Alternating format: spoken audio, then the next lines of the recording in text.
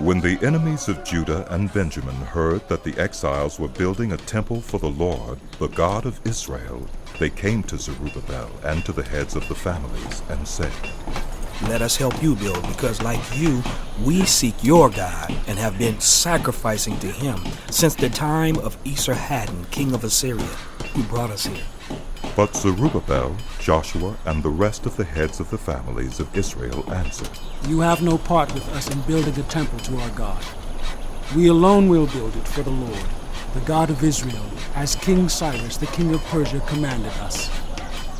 Then the peoples around them set out to discourage the people of Judah and make them afraid to go on building. They bribed officials to work against them and frustrate their plans during the entire reign of Cyrus, king of Persia, and down to the reign of Darius, king of Persia. At the beginning of the reign of Xerxes, they lodged an accusation against the people of Judah and Jerusalem. And in the days of Artaxerxes, king of Persia, Bishlam, Mithridath, Tabeel, and the rest of his associates wrote a letter to Artaxerxes. The letter was written in Aramaic script and in the Aramaic language. Rehum, the commanding officer, and Shimshai, the secretary, wrote a letter against Jerusalem to Artaxerxes the king, as follows. Rehum, the commanding officer, and Shimshi, the secretary, together with the rest of their associates, the judges, officials, and administrators over the people from Persia, Uruk, and Babylon, the Elamites of Susa, and the other people whom the great and honorable Ashurbanipal deported and settled in the city of Samaria and elsewhere in Trans-Euphrates. This is a copy of the letter they sent him. To King Artaxerxes, from your servants in Trans-Euphrates. The king should know that the people who came up to us from you have gone to Jerusalem and are rebuilding that rebellious and wicked city. They are restoring the walls and repairing the foundations. Furthermore, the king should know that if this city is built and its walls are restored, no more taxes, tribute, or duty will be paid, and eventually the royal revenues will suffer. Now, since we are under obligation to the palace, and it is not proper for us to see the king dishonored, we are sending this message to inform the king, so that a search may be made in the archives of your predecessors. In these records you will find that this city is a rebellious city, troublesome to kings and provinces, a place with a long history of sedition. That is why this city was destroyed. We inform the king that if the city is built and its walls are restored, you will be left with nothing in Trans-Euphrates. The king sent this reply. To Rehum, the commanding officer, Shimshai, the secretary, and the rest of their associates living in Samaria and elsewhere in Trans-Euphrates, greetings. The letter you sent us has been read and translated in my presence. I issued an order, and a search was made, and it was found that this city has a long history of revolt against kings and has been a place of rebellion and sedition. Jerusalem has had powerful kings ruling over the whole of Trans-Euphrates, and taxes, tribute, and duty were paid to them. Now issue an order to these people to stop work, so that this city will not be rebuilt until I so order. Be careful not to neglect this matter. Why let this threat grow to the detriment of the royal interest? As soon as the copy of the letter of King Artaxerxes was read to Rehum and Shimshai, the secretary, and their associates, they went immediately to the Jews in Jerusalem and compelled them by force to stop. Thus the work on the house of God in Jerusalem came to a standstill until the second year of the reign of Darius, king of Persia. Now Haggai the prophet and Zechariah the prophet, a descendant of Iddo, prophesied to the Jews in Judah and Jerusalem in the name of the God of Israel, who was over them. Then Zerubbabel, son of Shealtiel, and Joshua, son of Josadak, set to work to rebuild the house of God in Jerusalem. And the prophets of God were with them, supporting them. At that time, Tatnai governor of Trans-Euphrates, and Shethar-boznai, and their associates went to them and asked, "Who authorized you to rebuild this temple and to finish it?" They also asked, "What are the names of those who are constructing this building?" but the eye of their God was watching over the elders of the Jews, and they would not stop until a report could go to Darius and his written reply be received. This is a copy of the letter that Tatnai, governor of Trans-Euphrates, and Shethar-boznai and their associates, the officials of Trans-Euphrates, sent to King Darius. The report they sent him read as follows. To King Darius, cordial greetings. The king should know that we went to the district of Judah, to the temple of the great God. The people are building it with large stones and placing the timbers in the walls. The work is being carried on with diligence and is making rapid progress under their direction. We questioned the elders and asked them, "Who authorized you to rebuild this temple and to finish it?"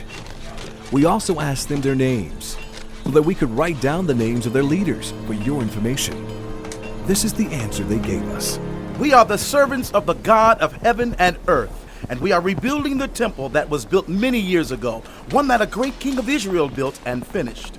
But because our ancestors angered the God of heaven, he gave them into the hands of Nebuchadnezzar, the Chaldean king of Babylon, who destroyed this temple and deported the people to Babylon.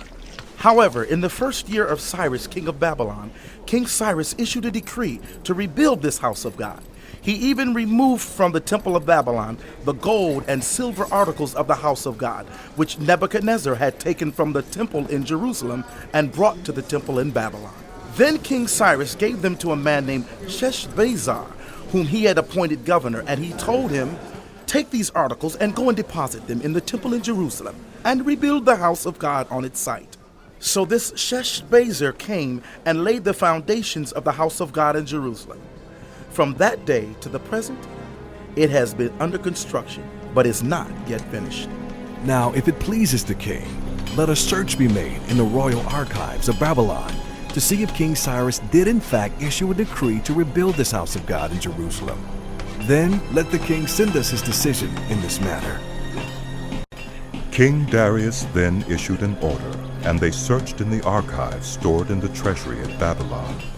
A scroll was found in the citadel of Ecbatana in the province of Media, and this was written on it. Memorandum. In the first year of King Cyrus, the king issued a decree concerning the temple of God in Jerusalem. Let the temple be rebuilt as a place to present sacrifices, and let its foundations be laid. It is to be 60 cubits high and 60 cubits wide, with 3 courses of large stones and 1 of timbers. The costs are to be paid by the royal treasury. Also, the gold and silver articles of the house of God, which Nebuchadnezzar took from the temple in Jerusalem and brought to Babylon, are to be returned to their places in the temple in Jerusalem. They are to be deposited in the house of God. Now then, Tatnai, governor of Trans-Euphrates, and Shethar-boznai, and you other officials of that province, stay away from there. Do not interfere with the work on this temple of God. Let the governor of the Jews and the Jewish elders rebuild this house of God on its site. Moreover, I hereby decree what you are to do for these elders of the Jews in the construction of this house of God. Their expenses are to be fully paid out of the royal treasury from the revenues of Trans-Euphrates, so that the work will not stop. Whatever is needed, young bulls, rams, male lambs for burnt offerings to the God of heaven, and wheat, salt, wine, and olive oil, as requested by the priests in Jerusalem, must be given them daily without fail, so that they may offer sacrifices pleasing to the God of heaven and pray for the well-being of the king and his sons. Furthermore, I decree that if anyone defies this edict, a beam is to be pulled from their house, and they are to be impaled on it. And for this crime, their house is to be made a pile of rubble. May God who has caused his name to dwell there, overthrow any king or people who lifts a hand to change this decree or to destroy this temple in Jerusalem. I, Darius, have decreed it. Let it be carried out with diligence.